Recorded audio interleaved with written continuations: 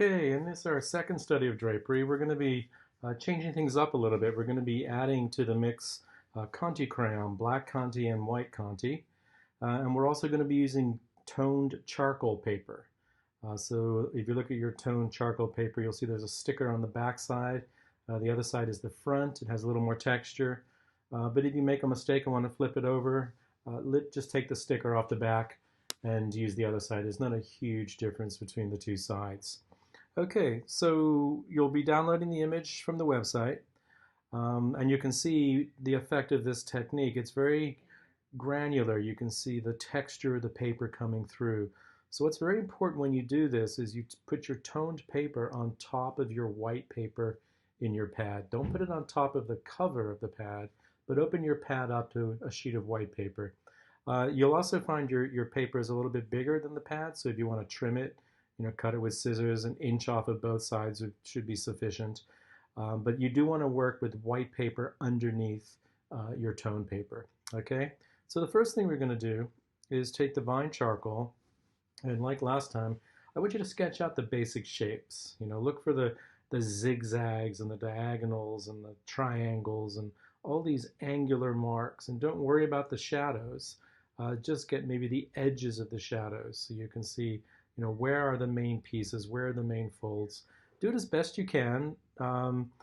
This is a very important stage because the more accurate you are here, the easier everything else is going to be, because then your shadows will fit into all these spaces and it'll all make a lot of sense. All right. Once you're done with this stage, we're going to take the vine charcoal, and like last time, we're going to do some blocking in, where you just lightly go over it.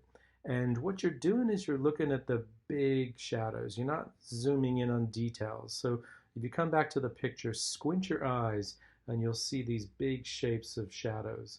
And just try and think of everything in terms of shape. A light shape here, a dark shape there, a light shape here. And with your eyes squinted, you can make out the shapes of the dark. And come over here and just start filling them in with your vine charcoal. Put it on its side and rub it. And then very, very gently, what I'd like you to do is with your fingers, rub it into the paper. Now, not as much as the other drawings. The nice thing about this technique is we're exploiting the texture of the paper, all right? So don't rub it too much, but just soften it up so that we have some smooth transitions, and you're looking at all the different shadows. Again, you're looking at, when you have the division, which side of it is light, which side of it is dark. So we look at this cast shadow under here, we see the right side's dark, the left side is light. But if we go over here, it's reversed. It's the other way around. So again, try not to just say, oh, I figured out what this is, and then just repeat that all over the drawing. Everything changes and everything's different. All right, so once you've got your vine charcoal laying out the shadows roughly, we're then going to switch and do the rest of the drawing with the Contes.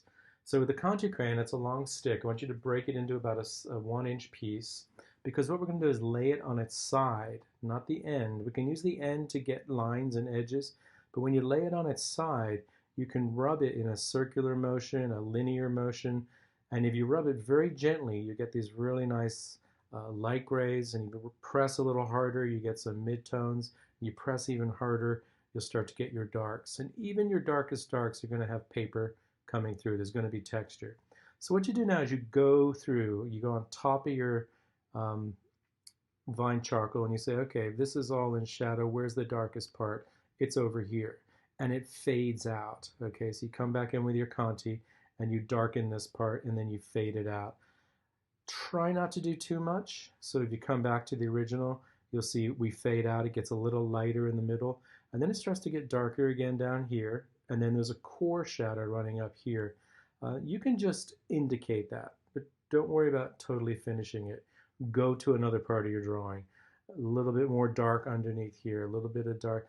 Keep moving. Try not to perfect one area. All right, this has to do with the ability to see the different shapes and the relative darkness or lightness of particular areas. All right, so with the Conte crayon, it's really important that you do not rub with your finger. We're done with rubbing with our fingers for now. That's just a nice way to transition and make things soft. But with Conte, you can't do that. You don't want to do that. It goes really dark and smudgy and ugly, and you can't erase it, all right? So take heed of this. Do not rub Conte. which is why you want to start really, really soft. Just barely any pressure. Do some areas, stand back, look at it, do some more, stand back, look at it, and just gradually build this up, layer upon layer. After you've done a little bit of the shading, not completing it at all, I want you to switch to the white Conte, okay? So when you're doing the black Conte, it makes the paper look light. But we want to use the paper as our midtone, right? It's not our light, it's not our dark. When we add white, then the paper goes dark, all right? You add white, now the paper's dark. So by adding the white fairly soon, we pretty quickly get the gray of the paper established as the midtone, which is exactly what we want. So it's just like the black Conte. You break a little piece, put it on its side, you rub gently, and it's just a little bit of light, makes it a light gray. You press harder, and it goes white. I would avoid white at this stage. Just kind of lay it in gently. What you don't want to ever do is overlap the two Contes, okay? If there's a space between them that's not dark or light, that should be paper. All right, so you'll never take this and rub it onto the core shadow or rub it into this shadow. So the two are always separate. They don't overlap. If you need a gray, that should be your paper, and you can use your eraser to do that. All right, so after applying the initial white, again, you don't have to finish it, just kind of lay it in roughly where it is. Develop your darks more. Okay, go back to the darks.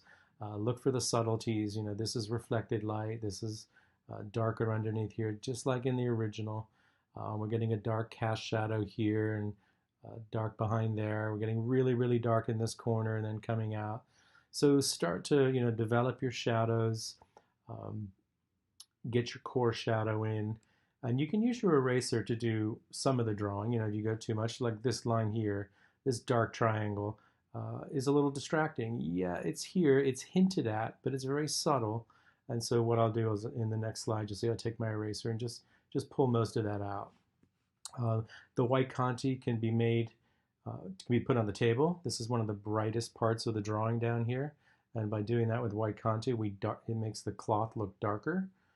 So there we get that same effect. So, you know, just go back and forth through the drawing, look for these real subtleties. See this little, if I come over here, this, you can barely make out a triangle of dark, a triangle of light, another triangle of dark.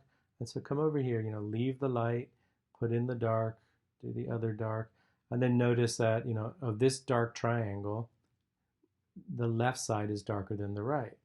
Of this triangle, the left side is darker except for the very edge. So look for these things, these real subtle kind of changes of value. All right? And then you're going to just keep continuing with the darks, more lights, developing the background, putting some of that in, looking for the core shadows, reflected light, all these little subtleties that are happening over here in the photograph.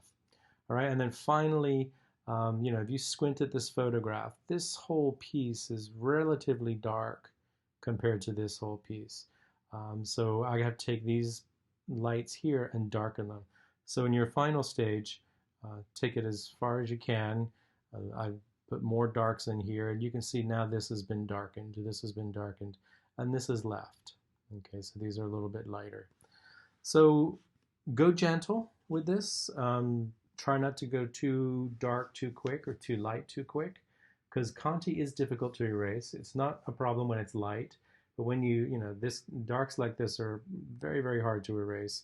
When you first erase them, they'll start to smudge. So what you have to do is you have to push through it. You have to erase more and more and more. But we don't want to get to that position. We don't want to have these kinds of darks where we go, oh no, I don't want to be that dark. So that's why we're going to keep everything very kind of gradual and subtle to begin with, and then slowly we'll build up to these sorts of darks. All right?